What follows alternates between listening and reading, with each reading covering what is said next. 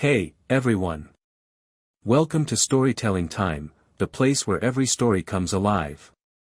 If you love getting lost in thrilling tales, gripping mysteries, and epic adventures, you're in the right spot. I'm your storyteller, and here, we don't just tell stories, we bring them to life. Whether it's fantasy, mystery, horror, or even a bit of comedy, we're all about immersion. So grab a snack, get comfy, and prepare for a journey that'll keep you on the edge of your seat. Trust me, you won't want to miss a single chapter. Don't forget to hit that subscribe button, turn on notifications, and join the Storytelling Time family. Let's dive into the stories that await, starting now. The Crossroads Reality. Every choice births a new reality. Another version of you. Another timeline. 100 miles out of Tennessee and 20 from the closest friendly face, I had to wonder, what if I shucked instead of jived? What if I stepped left instead of right? What if every headlight that flickered behind me on that lonely stretch of road was the one meant to lay me down? It wasn't a good time for black folk out here. Not in this county. Not on this night. And I found myself asking the same question I'd asked since I was knee-high. Would we ever get our day? The sun gave a little piece, just a sliver of it, peeking over the horizon like it was too scared to rise. Most folks with bad intentions preferred to do their deeds in the dark. Maybe they thought God couldn't see them then. When I finally glanced at the milepost, realization hit like a gut punch. I'd walked 10 goddamn miles in the wrong direction. I stopped at a fork in the road and sat there a while. Didn't feel right making another choice just yet. Didn't want to create another me that went a different way. So I sat on a wooden post, pulled my guitar from my back, and let a few licks roll out into the air like smoke. That's when I saw her. She came up the road slow, like she knew she had time. A big woman, wide-hipped and sturdy like a tree stump. Dressed in black from hat to heels, like she was straddling Sunday service and a funeral. The kind of woman who looked like she belonged everywhere and nowhere all at once. She stopped before I even had the chance to speak. "How you?" she asked, voice thick and syrupy, like molasses left out in the sun. "Just livin', baby girl. What brings you this far down? Your car give up on you too?" "Nah," she said, eyes fixed on mine. "I came for you. You called me." I blinked, fingers still on the strings.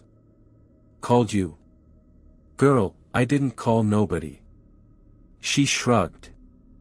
"You stood at this crossroads and strummed that guitar. That's the call." She turned like she meant to walk off, black dress swaying like tall grass in the wind. "Hold up," I said, standing. "Maybe I can help you find who you were looking for. Ain't safe out here before sunrise." She paused, turned back with a warm smile. "Such a gentleman. You don't get too many of those these days. Mind if I rest a minute? These dogs are barkin', dot." She kicked off her shoes and leaned against the fence, settling like she'd done it 1,000 times before. "So who you lookin' for, girl?" "Devin Jackson," she said, pulling a pebble from her shoe. My hand froze on the fretboard. "That's my name. But I still didn't call you." "Sure you did," she said with a grin.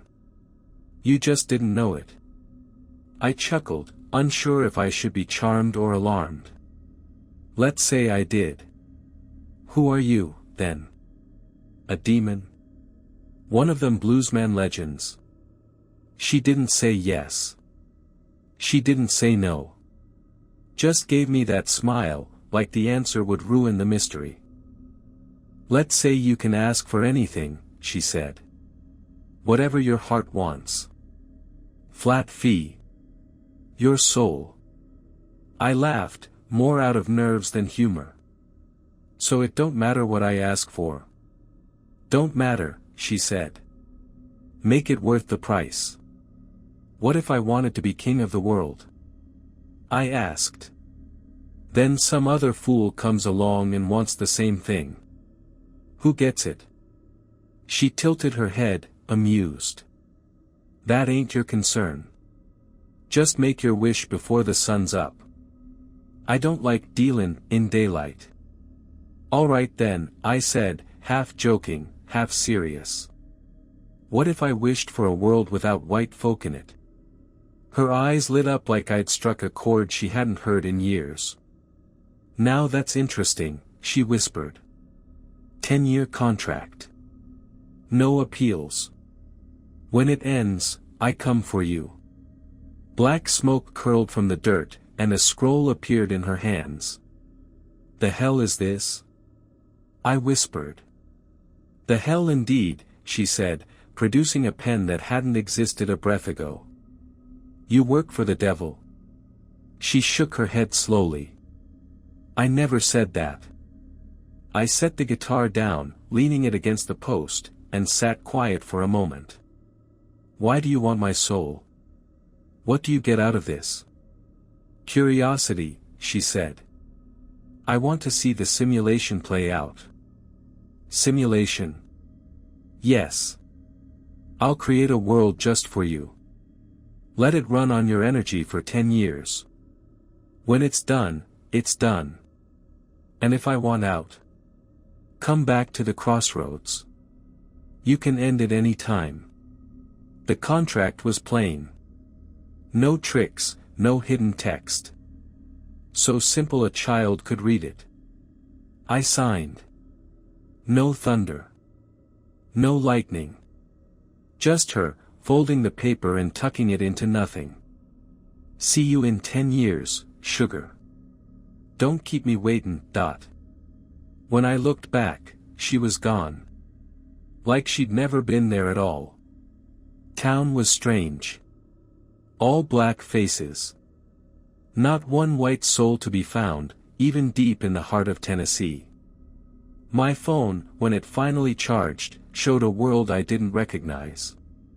Black politicians, black CEOs, black anchors, models, actors. History rewritten in melanin. The statues had changed, names of schools and cities and bridges rewritten. No trace of colonizers. Whole cultures rewritten around an absence, like a song missing its melody. But people didn't notice, they thrived in it. For a time, I thought it was paradise. But over the years, things soured. Nationality replaced skin as the thing that divided us. New lines, same game. Slavery still happened, only now it was African tribes doing it to each other. Racism didn't die. It just wore a different mask. By year 5, I had a family. Kids who didn't know the old world. And I didn't want them to. But one night, my little girl asked me if she was going to die. Just a child, barely 4. Why would you ask that, baby? She didn't answer. Just looked at me with eyes too old for her face. I tried to comfort her, but the fear dug deep. If this world ran on me, what would happen when I was gone? I drove back to Tennessee, guitar slung over my shoulder, and sat at the crossroads before dawn. She appeared, huffing and puffing down the road like she'd just walked out of time itself. Back already? You got a year left. Want out? No, I said. But, what happens to them? My wife, my kids. Do they go too? She nodded. They're part of your world. When you end, they end. I dropped to my knees. Please. There has to be a way.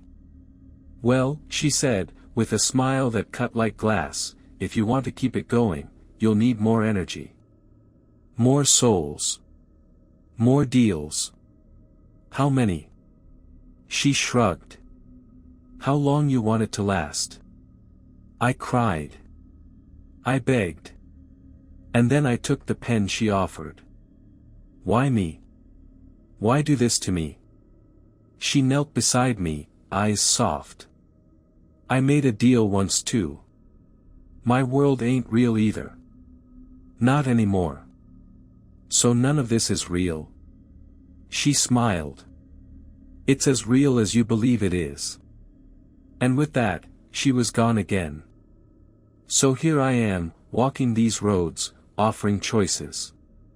Every decision splits the world in two. And every time someone chooses, my reality endures. I've seen kings rise and fall. Lovers trade eternity for a fleeting glance. I've brokered dreams, sold nightmares in velvet wrapping. Some don't even ask the price, they just want to be seen, be heard, be known. They all sign. Eventually, they all sign. Because the moment no one makes a choice, it all ends.